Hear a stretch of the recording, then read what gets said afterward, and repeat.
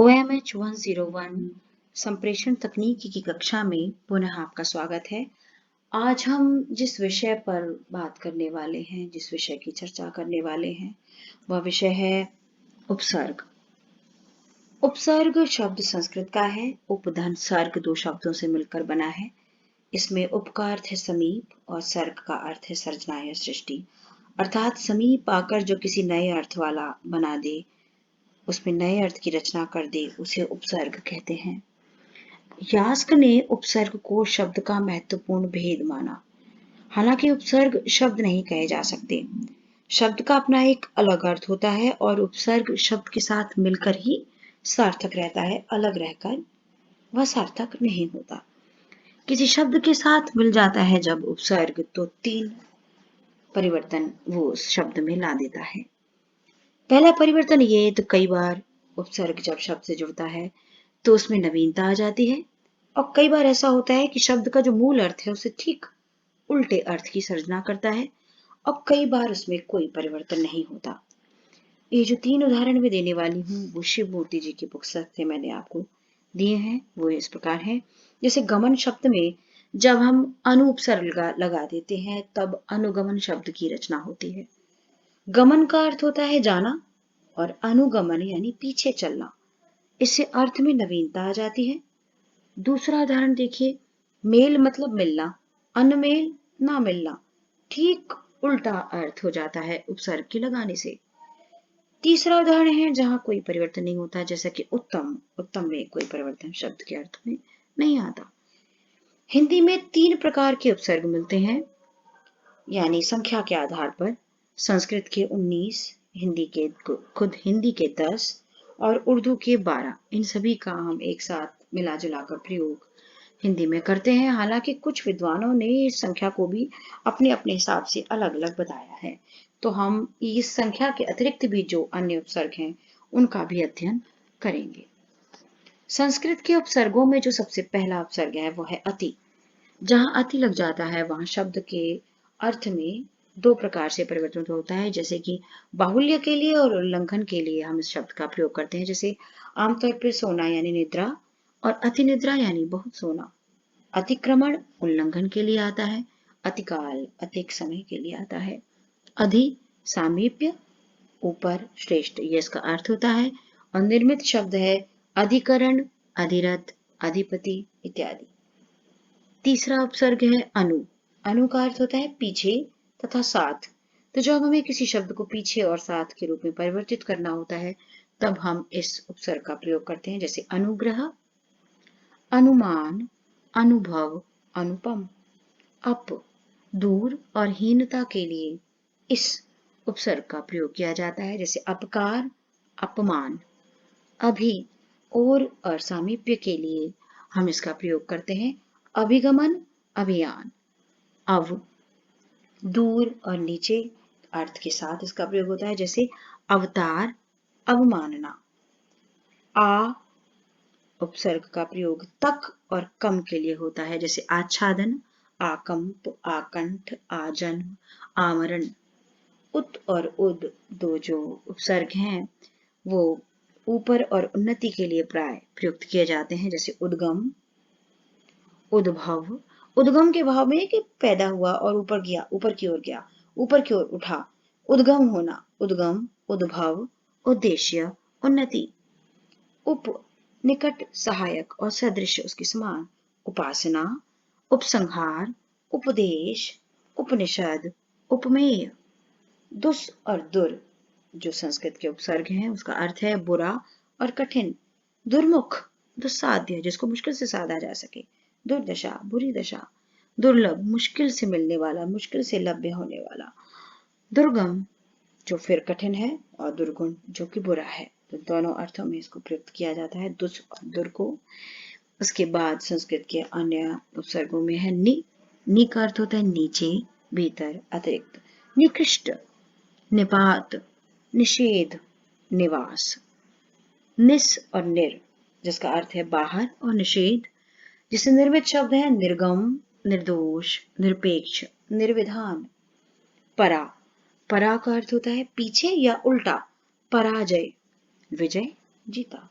पराजय, हारा, पराभव, फिर उल्टा, परागत मतलब फिर चला गया या उल्टा पीछे के रूप में इसका अर्थ प्रयोग किया जाता है। परि, परि मतलब चारों ओर, आसपास या पूर्ण, जिसका कि शब्द है परिणाम, परिधान, परिपूर्ण, परितः। और प्र का अर्थ होता है अधिक, आगे, ऊपर। जैसे हम किसी को विद्वान बताते हैं तो हम कहते हैं प्रखर, प्रबल, प्रणाम, प्रमाण। प्र लगाने से अधिक। खर मतलब होता है नुकीला, लेकिन तीक्ष्ण बुद्धि के लिए भी हम कहते हैं प्रखर बुद्धि वाला, तीक्ष्ण बुद्धि वाला।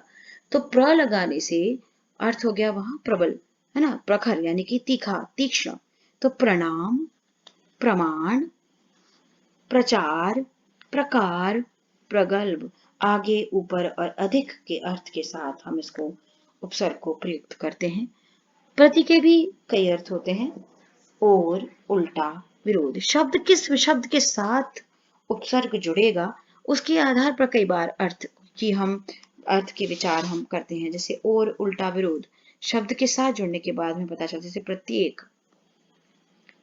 प्रतिकार, प्रतिगम या फिर प्रतिकार, पुनः प्रतिकार। वि मतलब बिना, अलग और विशेषता, विचलन, वियोग, विधुर और विभाग। सम, पूर्ण, अच्छी तरह और संयोग होना। संस्कार, संकल्प, संगोष्ठी, संघर्ष। सु, अच्छा, सुंदर और सहज, उसके लिए निर्मित शब्द हैं सुफल, सुयश, सुमति, सुकर्म, सुकवि। हिंदी के भी अपने उपसर्ग हैं जो कि इस प्रकार हैं। अ और अन। अ और अन का मतलब है रोकना, मना करना। अलग, अथाह, अपढ़, अगाध, अमूल या फिर अनमोल। अध, आधे, अपूर्ण, अधजल, अधजला, अधभर, अधमरा। उन मतलब एक कम, उनका मतलब है एक कम। इसके प्राय आप देखिए, आपको उदाहरण उनके आपको अपनी गिनती में ही मिल जाते हैं। जैसे 19, 20 में एक कम, 29, 30 में एक कम, 39 मतलब 40 में एक कम, 49, 49 मतलब 79 या 19, तो 79 मतलब 80 में एक कम। अब औ मतलब मना करना और हीन, औघड़, औघट, अवसर, अवगुण। दो, हीन या बुरा, दुबला, दुकाल, दुराव। नि, अभाव, विशेष के लिए हम इसको प्रयोग करते हैं। जैसे निर्मित शब्द है निषेध, निगोड़ा, निकम्मा, निकट्टू। बिन, निषेध, बिन के लिए फिर निषेध के बिन काज, बिन ब्याहा, बिन बोया। भर मतलब ठीक, पूरा, भर पेट, ठीक से। भर मन, ठीक से, भरपूर, भरसक। कु मतलब बुरा और हीन, कुकर्म, कुदृष्टि, कुपात्र, कुसमय, कुरूप। सु श्रेष्ठ, साध, सुयोग, सुशील, सुघड़, सुडौल, सुजन। उर्दू के उपसर्गों में भी करीब 19 उपसर्गों को हम जानते हैं। हालांकि जो बहुत अधिक प्रसिद्ध उपसर्ग हैं वो 12 हैं, और फिर भी प्रयोग के आधार पर इनकी संख्या भी कई बार 19 या 18 ऐसे मानी जाती है।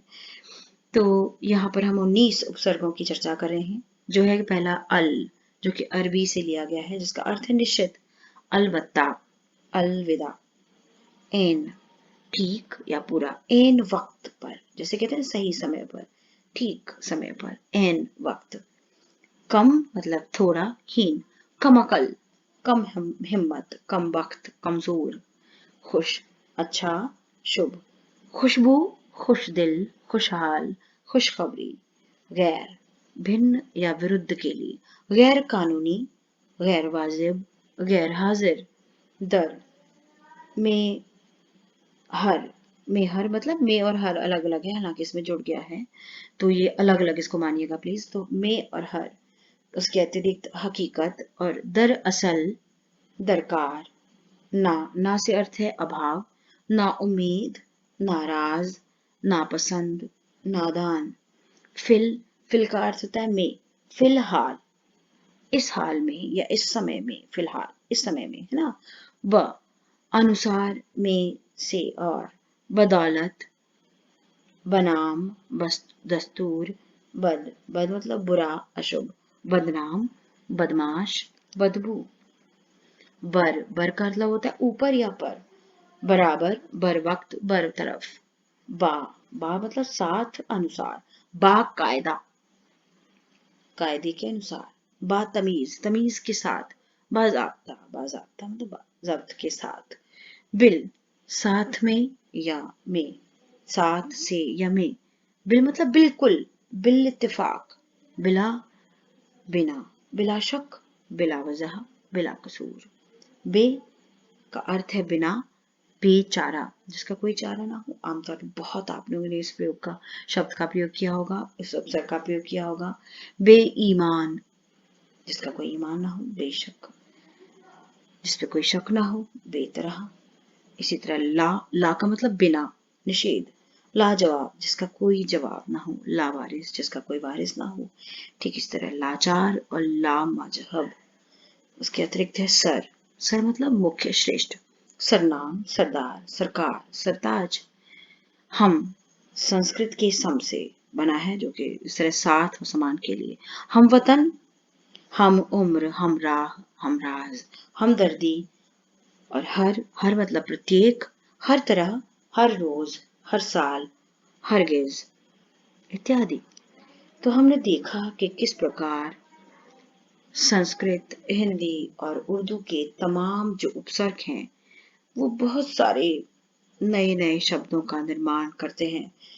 तो उपसर्गों के जुड़ने से कहीं कहीं शब्द के साथ जुड़कर वो नई, उसमें बिल्कुल नवीन शब्द की सृष्टि कर देते हैं, या कई बार उसी शब्द को और भी अधिक बलवान बना देते हैं। तो कभी कभी उस शब्द को बिल्कुल विपरीत रूप में प्रयुक्त कर देते हैं, और कई बार उसमें कुछ खास भी अंतर नहीं आता। दो शब्द मिलकर एक उपसर्ग के साथ शब्द, सामान्य शब्द मिलकर एक शब्द की निर्मित करता है, और शब्द में कोई खास परिवर्तन नहीं आता। तो खासतौर पे जहाँ उपसर्ग प्रयुक्त होते हैं उसमें मूलतः आरंभिक दो विशेषताएं तो देखने को मिलती ही हैं। तो उपसर्ग हमारे हिंदी व्याकरण का एक महत्वपूर्ण अंग है, जिसका हमें अध्ययन करना अत्यावश्यक है। और उम्मीद है कि आप इसको समझ गए होंगे, जान गए होंगे। धन्यवाद।